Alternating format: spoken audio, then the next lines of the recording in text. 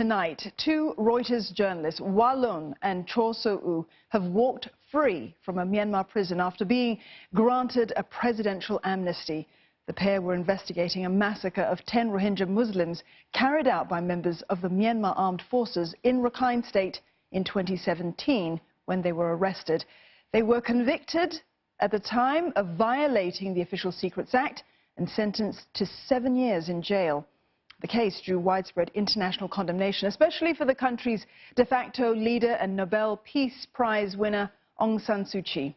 The UN has praised the release of the two Pulitzer Prize-winning journalists, but has warned that freedom of expression remains heavily restricted in the country.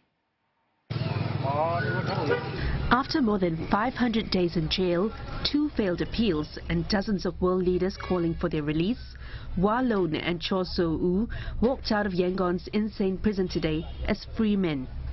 What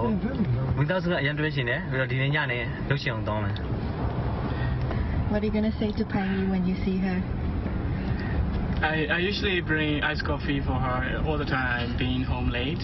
So I will buy coffee for her, and I will say how much I love her and how much I love my family. The two Reuters journalists were just a small part of thousands of prisoners released today, thanks to a mass amnesty granted by President Win Myint. Myanmar authorities customarily free prisoners around the traditional New Year, which began on April 17th.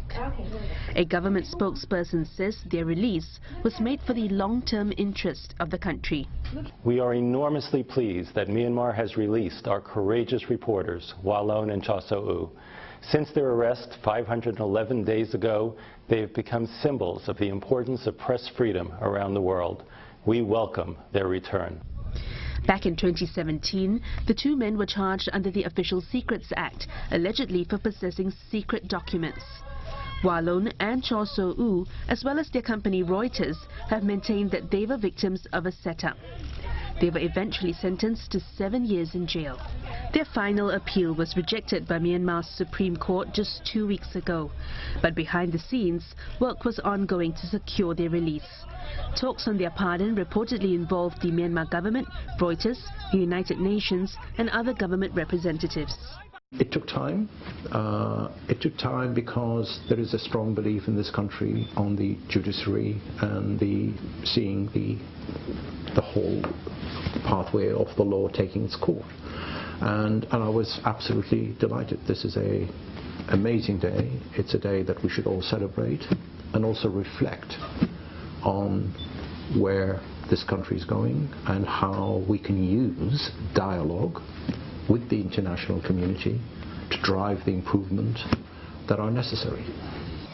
Prior to their arrest, the two journalists were working on an investigation into the killings of 10 Rohingya men in Rakhine State during the military crackdown that saw hundreds of thousands of Rohingyas flee into Bangladesh.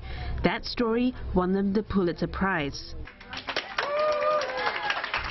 Their case drew international scrutiny to the state of press freedom in Myanmar and sparked condemnation from world leaders and human rights advocates. But despite their ordeal, the two journalists remain undaunted and say they will continue reporting in Myanmar. Inside, in the prison, and also around the world, people who are wishing to release us. So I would like to say thank you very much for everything. I'm really happy and excited to see my family and my colleagues. And I can't wait to go to my newsroom now.